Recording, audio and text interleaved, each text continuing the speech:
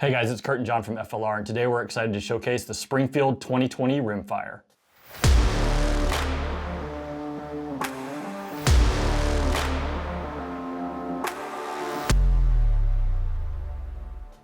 So Springfield introduced the 2020 Rimfire late last year, and this year, actually today, they have launched two new color waves, one in Coyote and one in OD Green. And currently they're doing a promotion where if you buy a 2020, you get the 2020 Rimfire for free. So get both, why not? Absolutely. So being that this is a plinking gun, Kurt, we decided to test a bunch of the cheapest 22 ammo we could find. I think another way to put it is it's the most common 22 ammo you can find. So run to any sporting goods store, you're gonna find, a brick of 22 ammo. And again, we're out there just to kind of plink or have fun, maybe varmint hunt or something like that. So the ammo we used was American Eagle 38 grain copper plated hollow point, Federal 36 grain copper plated hollow point, the blue box bulk Federal, it's a 325 pack. Remington Golden Bullet, 36 grain copper plated hollow point. Winchester M22 Black copper plated hollow point in 40 grains. And then last, we had a little fun with some 40 grain CCI Quiet that was going way slower. So most of these ranged at the 1200 feet per second mark. All that the difference was just the grain weight. And then the CCI Quiets were at 710 feet per second, which was super fun, but also drop is a real thing. Definitely, definitely. And I think that's one of the fun things about this gun is it's really a fun way to sort of get into precision shooting, but you can do it at really close distances. I mean, we were out at about 60 yards, and basically all the mechanics of precision shooting are the same. It's just nice because now, you can do it for a tenth of the cost. Oh yeah. Yeah. So let's go ahead and throw it over to us at the range, shooting these targets.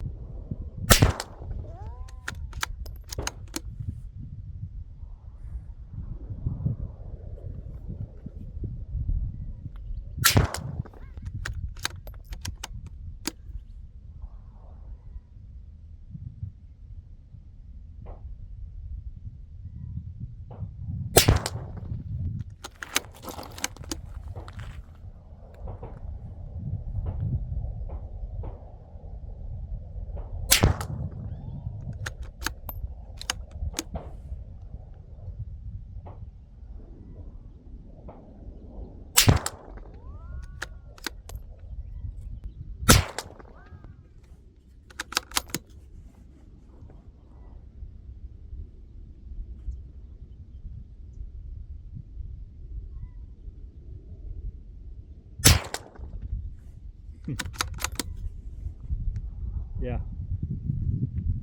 Last one flew, or the first one flew high right. That was dead nuts.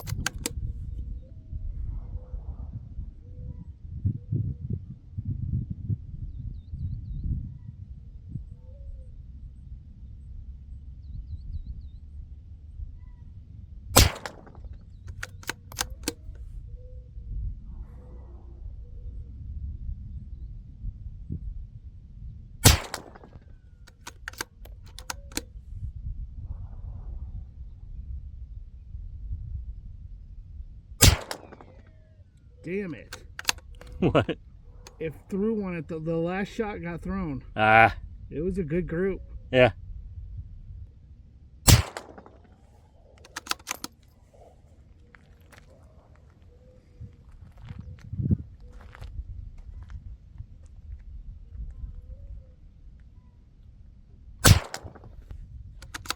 These are grouping better.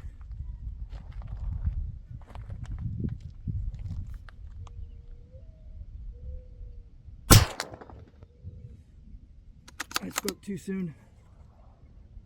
That one was a flare.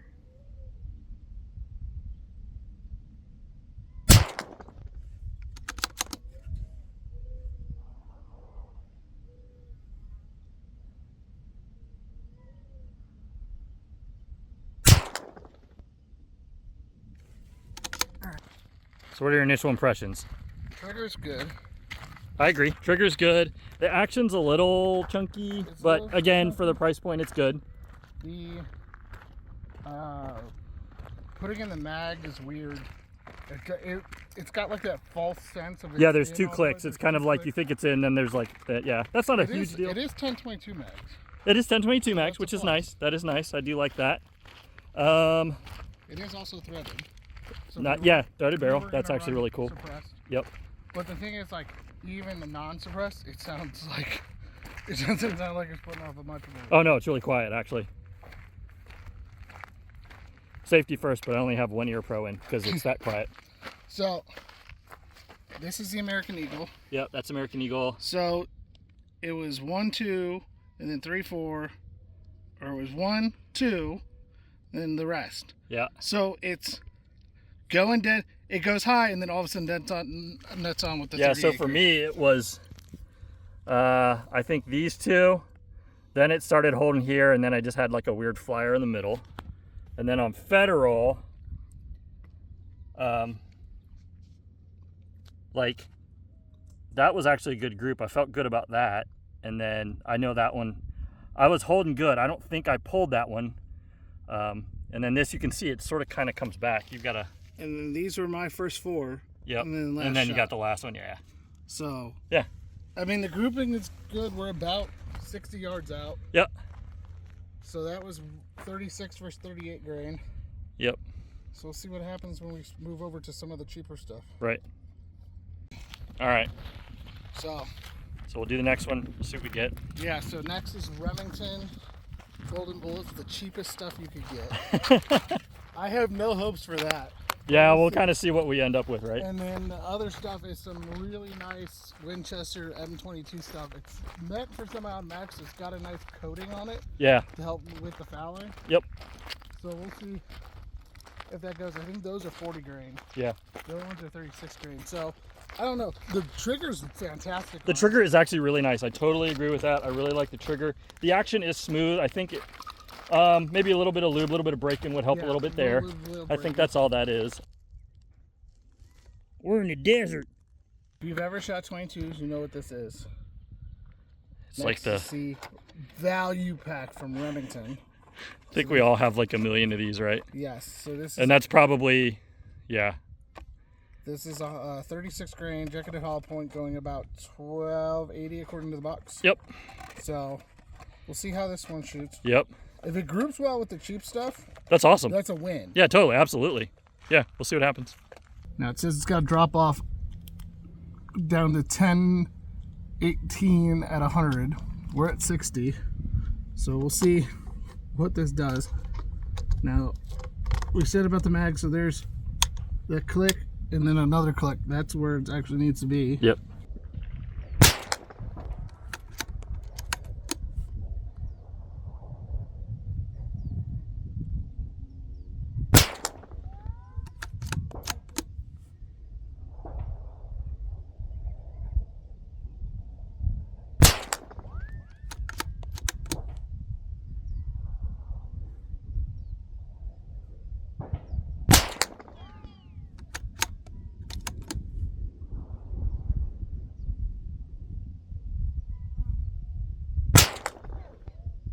And a flyer.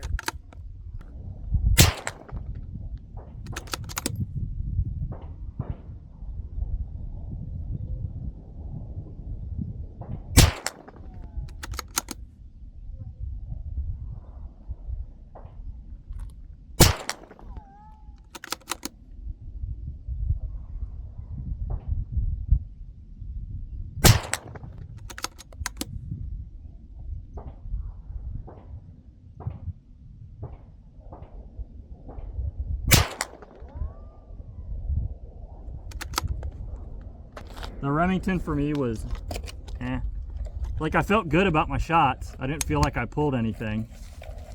But, I mean, you know. All right. Well, that sounds like it's got more oomph. Yeah.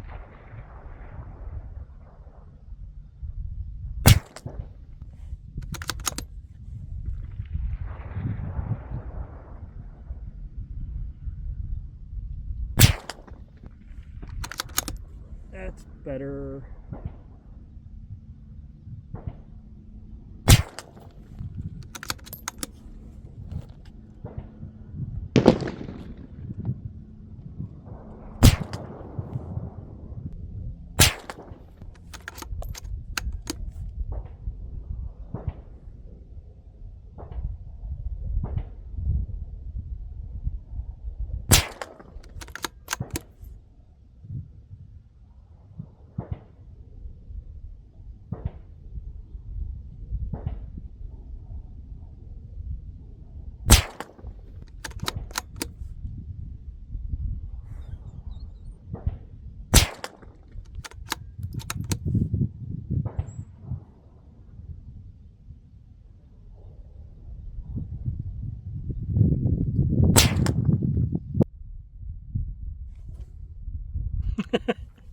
Do you have a flyer at the end? Yeah, flyer at the end. Yeah. Yeah, it likes 40 grain. Yeah, it does. It really does. Yeah, like 40 grain. It does, I agree. Yeah, so we've got a loophole 3 to 9 by 40. I like it so far. So far, this gun is fantastic. Yeah, it's a lot of fun. It really is. It's a fun way to shoot, you know, long range. But I mean, it's a little tricky just because 22 ammo is 22 ammo, right? Yeah. So, it is also basically our first shots through it.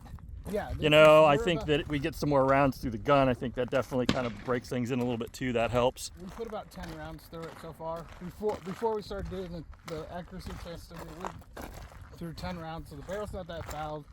We're at a low round count. Yeah. I don't expect the thing to hang up until it gets dirty. Yep.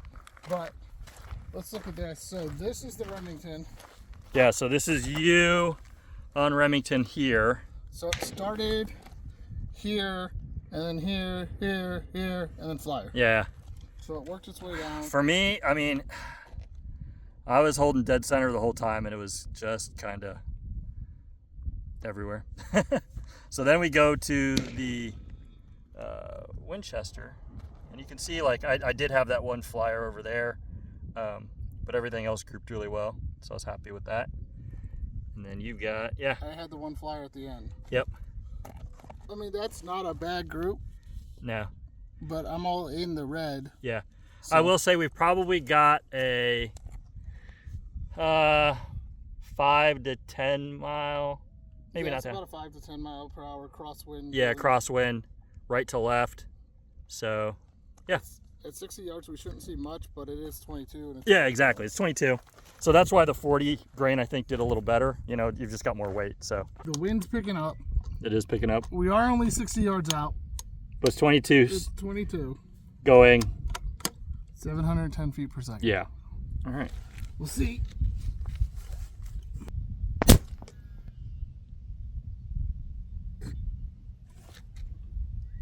Did it make it? Uh-huh. Okay. It's about... All right, I like this group. We're like low. Yeah, yeah. That's funny. It sounds like a pellet gun. Mm-hmm. It really does.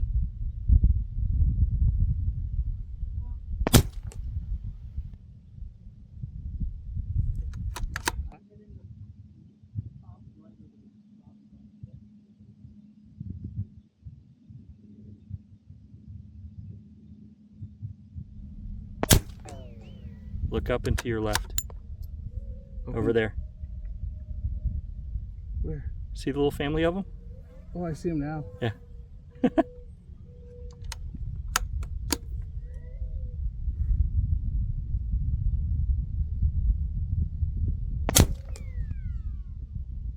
It really does sound like a pellet gun. You got one more?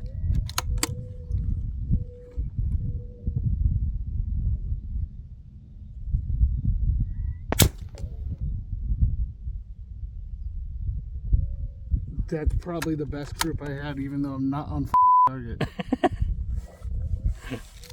So I'm telling you right now, it's dropping from center target Yeah.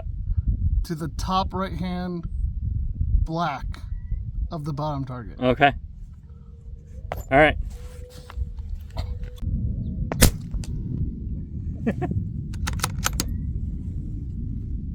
Yeah.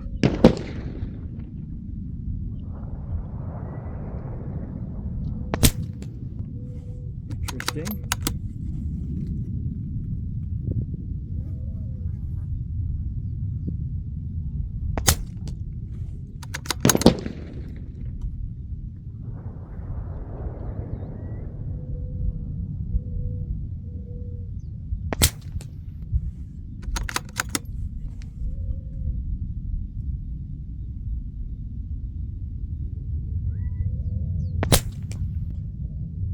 Yeah. They're slow. I had to hold top of target, and you'll be able to see kind of where I hit. So We knew this was going to happen. We Yeah. knew there was going to be a drop. We didn't know how much of a drop. So before you start commenting, you idiots, you didn't sight in with these. We knew that this was going to change everything. right, But we still got groupings. and that's really what we were trying to do, is just kind of test accuracy. We didn't want to burn through a bunch of these rounds just trying to re-sight in with it, because we don't plan on shooting a whole bunch of them. No, not So. at all. So let's see what we got. So you were holding center, I was holding here. and you ended up down there. And two in the same hole. That's what it looks like. Yeah, that is. And then, I mean, that's not a bad group. That's not a bad group. So I was holding basically here. Now, did we get the tightest of groups? No, but We didn't, but at the same time, again, this is going to be, you know, your standard budget ammo. I think with a lot of 22, especially in this price point, there's a bit of variance, right? So take that into account. We did have a decent crosswind, I think, most of the day, maybe anywhere from 5 to 10, maybe a little bit more, you know, basically right to left. So that played into this as well. well, and I also want to note that when we started off in the morning, it was 70 degrees, and by the time we were mid-testing, it got up to almost 90. Yeah, that's very So true. there's a lot of variations that could go into this, but it showed how well the rifle could handle it. So let's go ahead and hop into our rating system. First thing we gotta go into is build quality. And for me, the build quality is a 5. This thing seems to be well built. It's got a nice heavy barrel. It's got a nice chrome-plated bolt. There's no rattle, no shake. Everything seems to be right where it needs to be. I'm going to give it a 4.5. I agree. Overall, this is a really solidly built gun. The one thing that I might bring up, the bolt is a little bit, it's not as smooth as you may find on some. I think a lot of that really has to do with it is. I mean, we took it right out of the box, went straight to the range. So I think a lot of it's that. Some of that's going to be break-in. But that's really my only small little thing to kind of notice. Next is reliability. I have to give it a 5. It fired everything we put into it. Rimfire can be very finicky, and we didn't put a high round count through it. We were about at 100 rounds total after sight-in and then actually doing the testing. So 100 round reliability on a Bolt 22, we didn't give it enough time to get it gummed up. I totally agree, but I'm also going to give it a 5 because we did use a lot of different ammo. We used a lot of kind of cheap ammo. Honestly, it's also going to be dirtier. So it handled all of it fine, and everything worked out great. Next is feel, and I'm going to give it a 4. It feels great. It really does. The texturing's great. The cheek weld's great. Everything's great on it. It's great if it's on a bipod. It's a 7-pound gun, which may not sound very heavy, but if you're sitting there trying to plink with it all day, that can add up very quickly. So I'm giving it a 4 for that. I'm going to give it a 4.5. I will say when we first took it out, I wasn't so sure about the texturing because you can kind of see they've got the sort of black fiber in there, if you will. And at first I didn't really like it, but when shooting it, it worked out great. I hear what you're saying on the weight. My thing is I actually like it for this because, again, if you're going to try and shoot, you know, precision with 22, or even if you're going to varmint hunt or something like that, it does have a heavier barrel on it. I like the fact that now your gun's not going to move around as much. So the other cool thing I think about this gun is this is a great option. So if you've got a new shooter, a younger shooter, this is a pretty neat place to start. To your point though, if they're gonna be holding it, it is a little heavier, but I think if you set them up with a bipod or something like that, this is a great way to get started. And you did mention that it's a heavy barrel. It is also free floated as well. The other thing I want to bring up is the trigger itself is really good. It's a really light trigger. It seems a little wider, and actually it works out really well for this. Oh yeah, we were able to break off shots pretty easily. There's not a lot of take up, and the break is really easy. I would show you guys the triggers, but this is a rimfire, and we don't want to damage the barrel. Yes, you can dry fire some rimfires. I'm not sure on this one, so we're not going to take the risk of damaging the barrel with the firing pin. Yep. You mentioned that the bolt is a little clunky when it comes to the feel. It is kind of a two-stage kind of action, which sounds weird, but there's just kind of a initial unlock, and then the bolt flowing back and forth is really smooth. The bolt handle itself is kind of that oversized bolt handle, so it's easy to throw. I had no issues on the range, but it is kind of a little clunky. I've run other 22s, and again, it might just be, you know, wearing it in and that kind of thing, where you can really run the action, you know, quick and easy.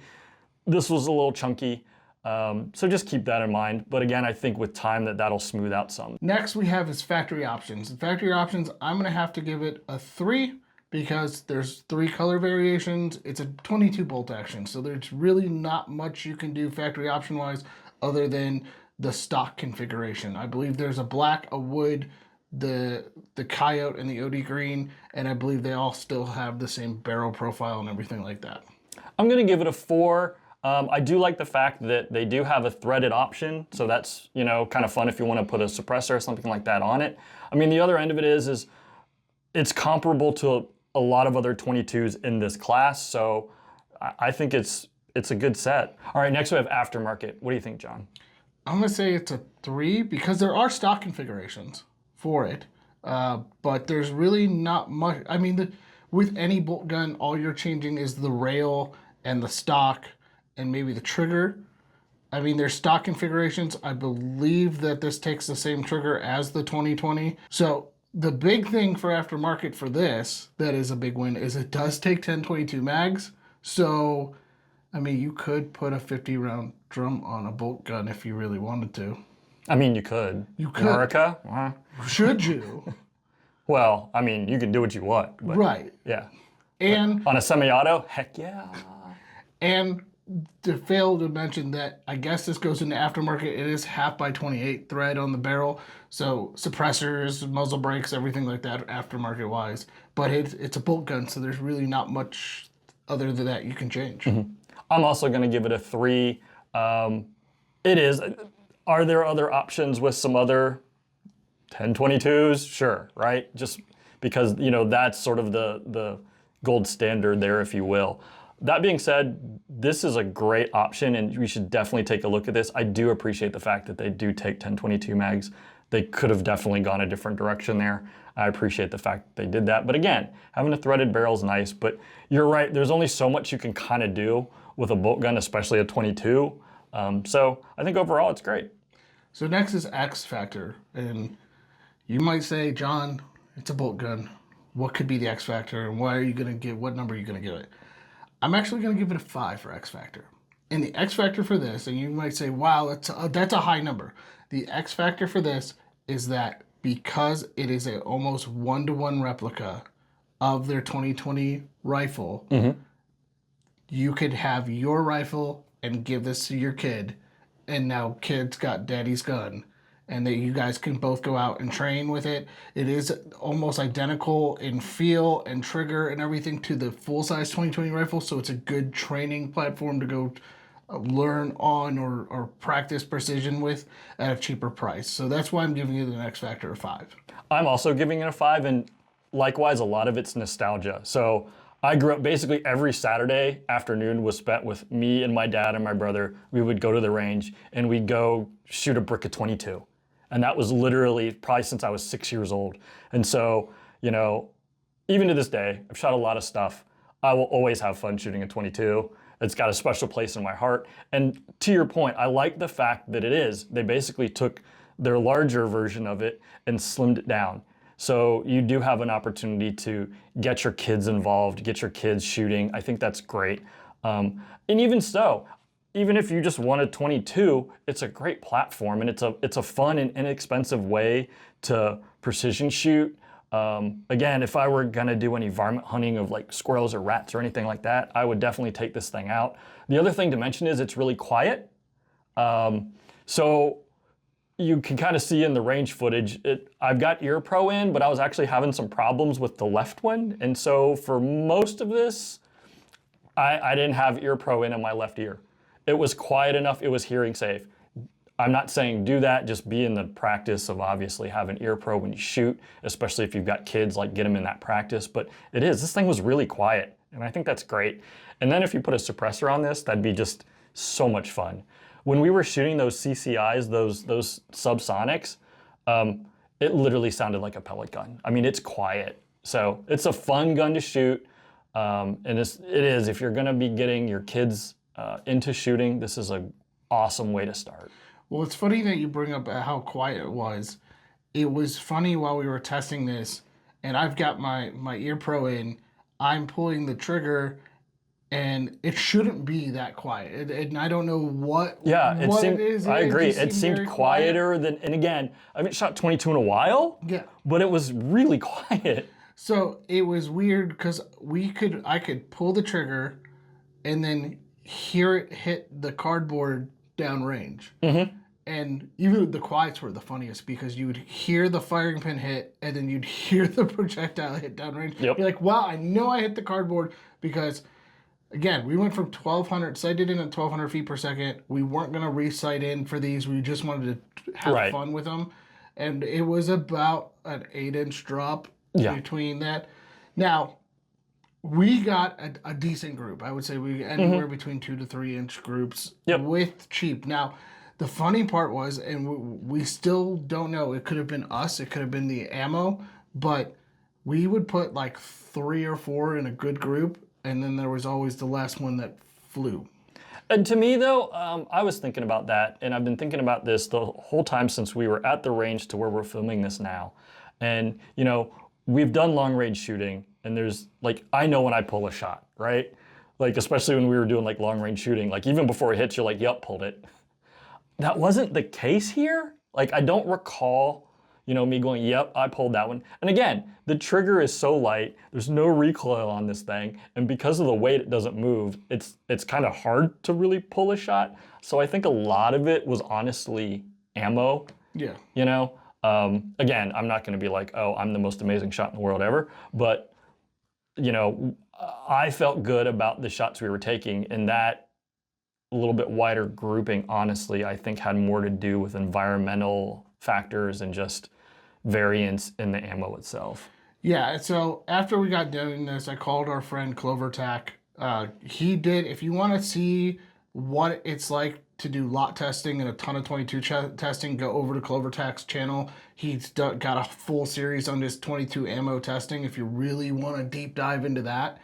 But I was talking to him about that, and he said in the larger bulk ammo, there's such a variance in rim diameter and powder and projectile weight that this could happen. Mm-hmm. So he was the first, he's my 22 expert. So he was the first person I talked to after we got done testing this.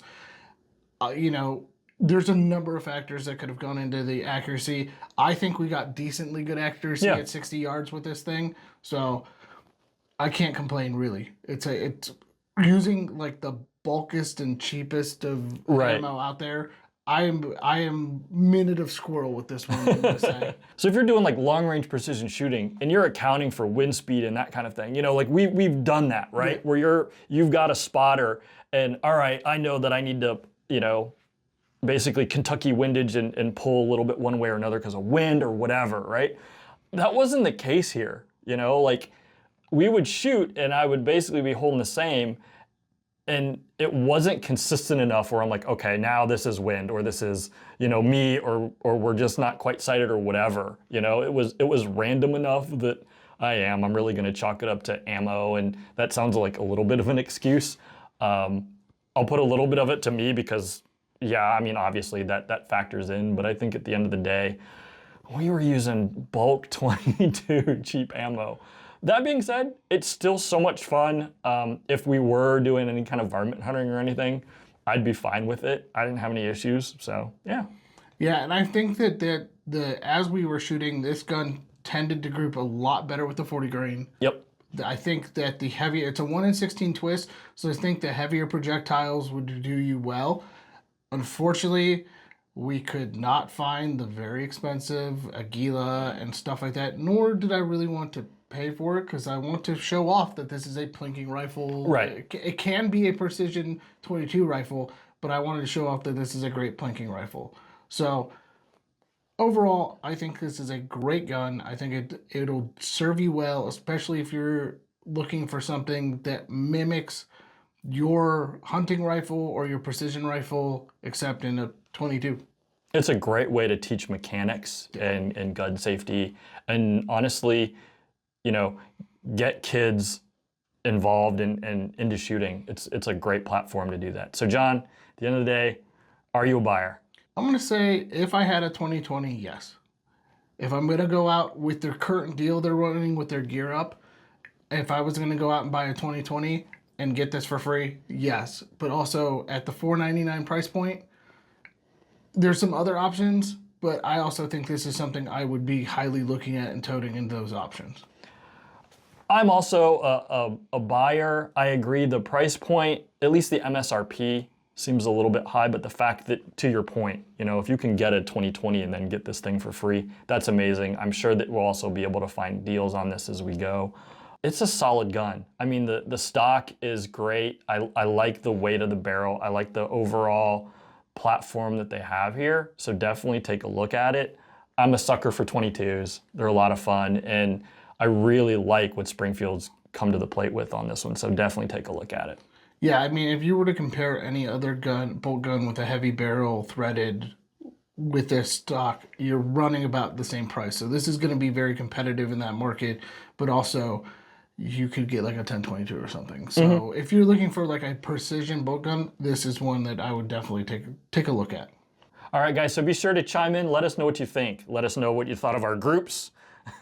And overall, like if you'd like us to see or try out any other 22 ammo, let us know on that. Also, be sure to like and subscribe. It helps us out a lot with the channel. Yeah, and we want to thank our sponsor today, Click Click Bang Firearms out of Chandler, Arizona. Go ahead and go check them out online at Click Click Bang Firearms or Click Click Bang 1 on Instagram.